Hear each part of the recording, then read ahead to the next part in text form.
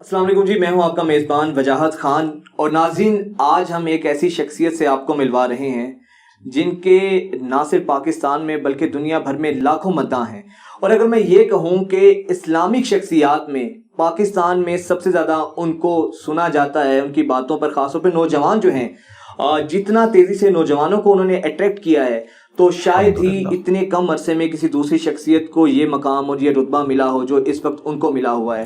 تو آپ سمجھ گئے ہوں گے میری مراد معروف مبلغ اسلام انجینئر محمد علی مرزا صاحب آج ہمارے ساتھ موجود ہیں۔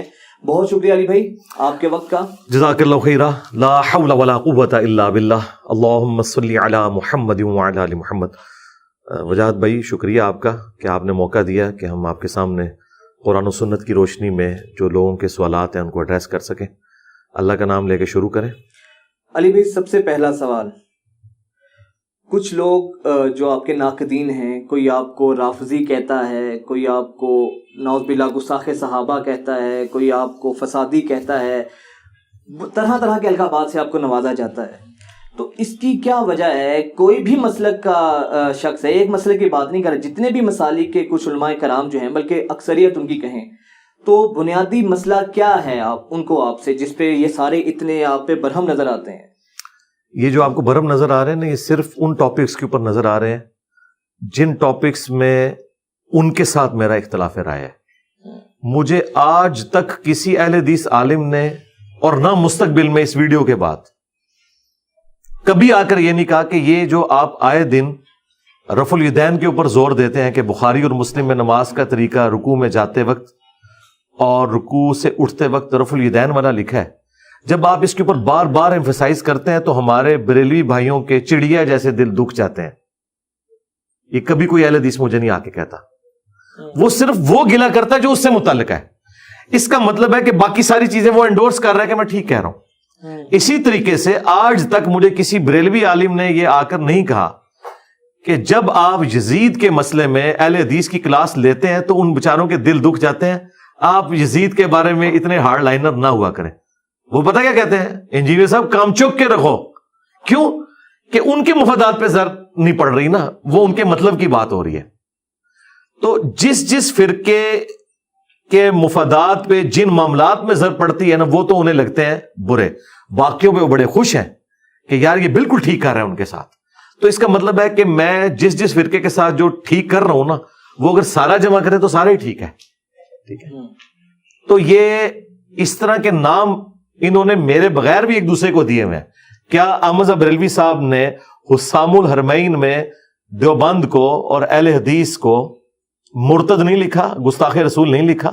ہم نے تو کبھی یہ نہیں کہا، ہم تو صرف عبارتوں کے اوپر فتویٰ لگاتے ہیں، اس کے جو لکھنے والے ہیں ان پہ بات نہیں کرتے کہ پتہ نہیں توبہ کر کے مر گئے ہوں گے۔ اسی کے جواب میں جب المحند علی المفند لکھی گئی ہے تو علماء دیوبند نے احمد بریلوی اور ان کی پوری جماعت کو شیطانی لشکر ڈکلیئر کیا۔ تو یہ ایک دوسرے کے ساتھ یہ سب کچھ کرتے ہیں۔ احسان اللہ ظہیر صاحب نے البریلویہ کتاب میں کتنی جھوٹی باتیں جو منسوب کر دی ہیں بریلویوں کی طرف۔ وہی جو مستوی عرش تھا خدا ہو کر مدینے میں اتر پڑا مصطفیٰ ہو کر، یہ کلمات کفر انہوں نے بریلویوں کے کھاتے میں ڈال دیے، اور اس کے اوپر باقاعدہ پھر وہ مناظرہ ہار گئے جب انہوں نے کہا ہم تو یہ کفر سمجھتے ہیں، آپ نے ہماری طرف کیسے منسوب کر دیا۔ اور ہمارے استاد ڈاکٹر اسرار صاحب رحمہ اللہ بھی اپنے بھول پن میں یہ بیان کر گئے تھے۔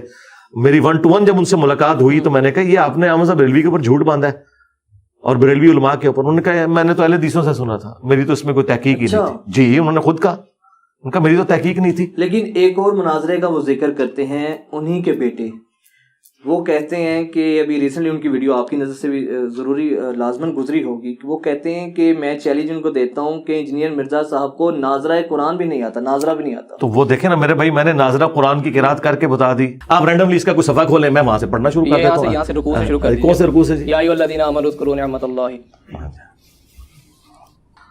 اعوذ باللہ من الشیطان الرجیم، بسم اللہ الرحمن الرحیم، یا ایھا الذین آمنوا اذکروا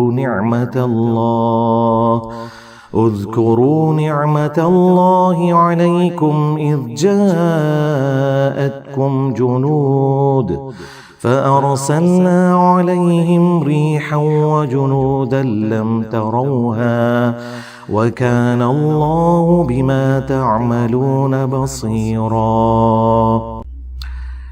میرا کلپ لاکھوں لوگوں نے دیکھ لیا, درجنوں چینلز نے اپلوڈ کیا, اور اس کے بعد میں نے کہا یہ جو میں نے پڑھا ہے نا, اسی انداز میں ان کے بڑے جتنے انہوں نے لانچ کیے ہیں اپنے بڑے علماء, ساجد میر صاحب, تقی عثمانی صاحب, مفتی منیب صاحب, یہ تین بڑے ہیں نا اہل حدیث کے, دیوبند کے اور بریلویوں کے, یہ اسی انداز میں قرآن کی تلاوت کر کے کو بتاتے ہیں. اس کے بعد جو آیات میں نے پڑھی ہے, میں نے تو رینڈم پڑھی تھی نا کہ کھولیں, میں آپ سے بھی کہہ سکتا ہوں کھولیں, میں قرآن بھی پڑھوں گا, اس کا ترجمہ بھی کروں گا, اور اس قرات کی طرح ان میں سے کوئی ایک قرات کر کے بتائے.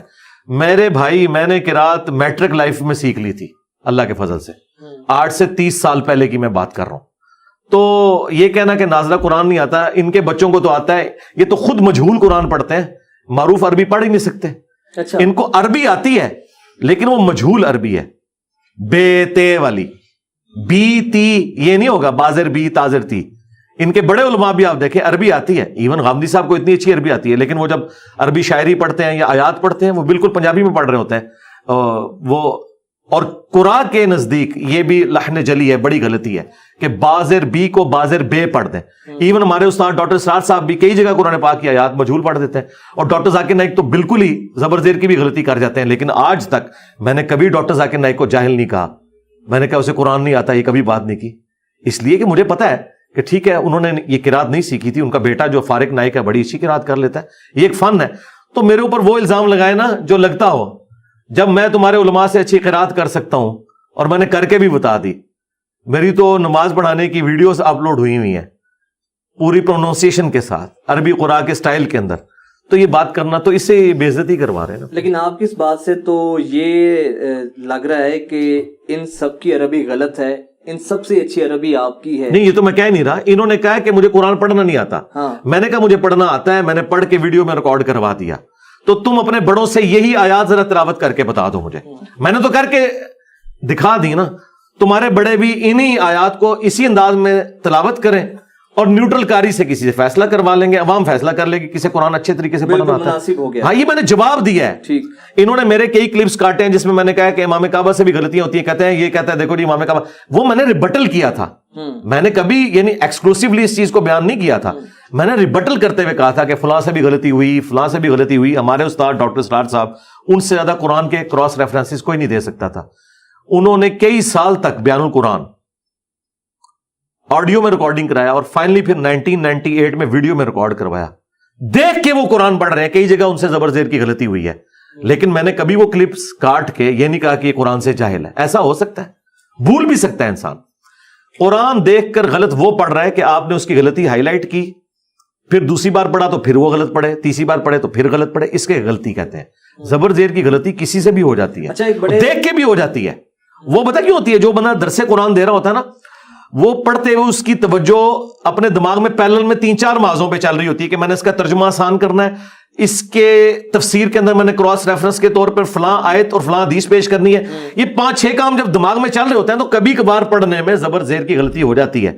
لیکن جب بندہ قرات کرنے بیٹھا ہوا ہے, اب میں قرات کروں, کوئی بھی آگے, یہ میں نے ان کو کہا ہے کہ اپنے بڑوں کو لاؤ, چھوٹوں سے بات نہیں ہوگی, تمہارا بڑوں کے اوپر ناز ہے نا, اپنے بڑوں کو لاؤ. چلو یہاں نہیں آ سکتے, آن لائن قرآن کی کوئی سورت جو ان کو پسند ہے نا اپنے بڑے سے تلاوت کروائیں. اگلا سورج میں طلوع نہیں ہونے دوں گا, میں بھی اپنی آواز میں اسے قرات کر کے نا ویڈیو میں اپلوڈ کروں گا, عوام فیصلہ کرے گی کون زیادہ اچھا قرآن پڑھ سکتا ہے. اور یہ جواب میں, یہ میرا چیلنج نہیں ہے, یہ ان کے چیلنج کا جواب ہے. مجھے تو ان سے انٹرسٹ ہی نہیں. عالم دین کے پاس میں بیٹھا تھا تو میں نے ان سے پوچھا کہ وجہ کیا ہے آج کل جس مسلک کے جن کی بھی امام صاحب یا علماء کرام ہیں ان کی ویڈیو نکال رہے ہیں عالم صاحب کی, ان کی جو خطبات ہوتے ہیں, ان کی تقریر ہوتی ہے, اس کا زیادہ توپوں کا رخ موضوع گفتگو انجینئر مرزا ہوتے ہیں. جی جی یہی ہے, ہر طرف یہ ہے. انہوں نے اس کا بڑا انٹرسٹنگ جواب دیا. انہوں نے کہا اس کی وجہ یہ ہے کہ یہ جو ہمارے نوجوان ہیں اس امت کے, جو ہمارا اثاثہ ہیں, یہ ان کو گمراہ کر رہے ہیں. نہیں, اگر میں گمراہ کر رہا ہوں تو یقیناً میں نے کوئی یہود و نصارہ کی لکھی ہوئی کتابیں ان کے متھے مار دی ہیں دین کے اعتبار سے. ایک تو ہے نا کہ سائنس کی, سائنس تو کامن ریلیجن ہے, اسکول آف تھاٹ ہے. کیا دین کے معاملے میں یہ قرآن, بخاری, مسلم, نہ تو یہ میں نے پرنٹ کی ہیں نہ میں نے لکھوائی ہیں, ان کے مکتبوں سے پرنٹ ہوئی ہیں. میں تو باقاعدہ امیجز ڈسپلے کرواتا ہوں, عربی اور اردو, حدیث کی نمبرنگ بتاتا ہوں, آیت ڈسپلے کرواتا ہوں, اگر وہ سب کچھ لکھا ہوا ہے تو پھر کسی کو اختلاف ہونا ہی نہیں چاہیے. اور یہ جو کہہ رہے ہیں نا ہم اپنے علماء کی جو ہے وہ ڈیفینڈ کرنے کے لیے, اپنے فرقوں کو ڈیفینڈ کرنے کے لیے, اپنی عوام کی اصلاح کے لیے سب کچھ کر رہے ہیں, تو بھائی قرآن و حدیث بیان کرو نا. آپ تو قرآن و حدیث بیان ہی نہیں کر رہے. آپ کہہ رہے ہو اس کے نام میں مرزا آتا ہے, یہ قادیانی ہے, تو پھر میں اس کے جواب میں چشتی رسول اللہ, اشرف رسول اللہ ان کی کتابوں سے دکھاتا ہوں, پھر یہ کہتے ہیں ہمارے بزرگوں کو ننگا کرتا ہے. کوئی ٹیکنیکل گراؤنڈز کے اوپر کھڑے تو ہوں. جس دن میں نے قرآن, بخاری, مسلم یا اہل سنت کی جو مین سٹریم کی کتابیں ان سے ہٹ کے کوئی بات کی تو آپ مجھے آگے پکڑیں. اور پھر آخری بات, میرے ساتھ جو لوگ اٹیچ ہوئے ہیں کیا وہ جاہل ہیں؟ کیا وہ لوگ وہ ہیں کہ جو اسکول سے بھاگے تھے, پڑھ نہیں سکتے تھے اور انہیں مدرسے میں داخل کر کے عالم بنایا گیا؟ یہ سارے اپنی اپنی فیلڈ کے اندر انٹلیکچوئلز ہیں, کالجز یونیورسٹیز کے اسٹوڈنٹس ہیں. ان کو تو کوئی بھی گمراہ نہیں کر سکتا. دین کے حوالے سے کیسے گمراہ کر سکتا ہے؟ ان کی عقل نہیں کام کرتی ہے, ان کا انٹلیکچوئل لیول ان سے زیادہ ہے, وہ پرکھ سکتے ہیں, اور پرکھنے کے بعد انہیں پتا چلتا ہے کہ آپ تو جھوٹے نکلے.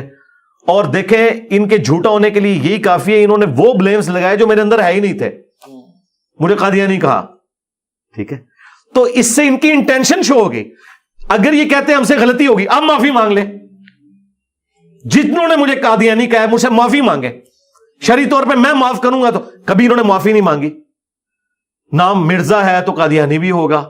وہ لال داڑھی والے ایک بھائی بیٹھے ہوئے ہیں, بھائی تو نہیں, ہمارے بزرگوں کے عمر کے ہیں, مکے کے اندر, تو انہوں نے خود سے شروع کر دیا. کیونکہ پاکستان میں یہ سودا بکتا ہے کہ آپ نے کسی کو ڈی فیم کرنا ہے نا, اسے قادیانی کہہ دو. تو باقی لوگ تو بےچارے چھپ کے بیٹھ جاتے تھے. میں نے تو انہیں للکارا, میں نے کہا تم لوگ بات کرو گے؟ اوے تمہارے ابوں نے چشتی رسول اللہ, اشرف رسول اللہ پڑھوایا ہوا ہے. ایک غریب ہو تو بدتمیز.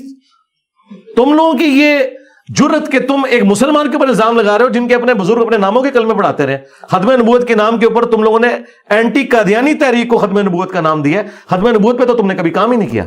قاتلانہ حملے بھی ہوئے آپ پہ. جی اچھا. تو کبھی سوچا کہ سیکیورٹی وغیرہ کے حوالے سے بھی, جس طرح آپ گفتگو کرتے ہیں, جی جی, تو آپ پہ اٹیکس ہوئے ہیں, اکثر ہم دیکھتے ہیں کچھ لوگ ملک سے باہر چلے جاتے ہیں, جس طرح غامدی صاحب یا جن لوگوں کو تھریٹس ہوتی ہیں, تو اس وقت تو سب کا ہاٹ ٹارگٹ آپ بنے ہوئے ہیں اور آپ کے اوپر جس طرح تبرہ بھی کی جاتی ہے, تو آپ کا بھی مستقبل میں ارادہ ہے باہر شفٹ ہونے؟ میرا خیال ہے اب تو حالات ہمارے لیے فیوریبل ہو گئے. اس کی وجہ یہ ہے کہ ان کی عوام ان کو چھوڑ کے یہاں آ چکی ہے. انہوں نے جتنا چورن بیچنا تھا بیچ لیا. اب دیکھیں وہ ایک گھسا پٹا الزام تھا قادیانی والا, وہ اتنی بار انہوں نے لگایا کہ لعنتیں کھا رہے ہیں. آج بھی میں نے ریئل ٹائم دیکھیں, ہر دفعہ 500-600 بندہ آتا ہے. کبھی موقع آتا ہے میں کہتا ہوں جی ہاتھ کھڑا کریں کتنے لوگوں کو میرا نیگیٹو تعارف ہوا تھا. 90% لوگ کہتے ہیں جی ہمیں نیگیٹو تعارف ہوا تھا. تم لوگ پازیٹو تعارف کرواؤ اپنے فرقوں اور بزرگوں کا, پھر بھی لوگ تمہارے ساتھ نہ چلیں. اور میرا تم لوگ نیگیٹو تعارف کرواؤ اور وہ سن کے اللہ کے نبی علیہ السلام کے ساتھ اٹیچ ہو جائیں, میرے ساتھ نہیں, کیونکہ میں تو کوئی فرقہ لانچ ہی نہیں کیا ہوا. تو اس کا مطلب یہ کہ سچائی کی اتنی بڑی طاقت ہے, تو ہمیں کوئی فرق نہیں پڑتا. اب تو حالات کافی فیوریبل ہیں. اور دوسرا, میں نے یہاں سے جانا نہیں ہے, کیونکہ یہ ان کے پاس پھر آخری ایک حربہ ہوگا کہ دیکھا جدھر کا خمیر تھا وہیں پہنچ گیا. غامدی صاحب کو یہ گالی کھانی پڑ رہی ہے نا. غامدی صاحب آپ کو پتا ہے انہوں نے خود اپنے انٹرویو میں بتایا کہ میں ملیشیا شفٹ اس لیے ہوا تھا کہ مجھے انہوں نے کہنا تھا یہود و نصارہ کا ایجنٹ, تو میں امریکہ اس لیے نہیں گیا.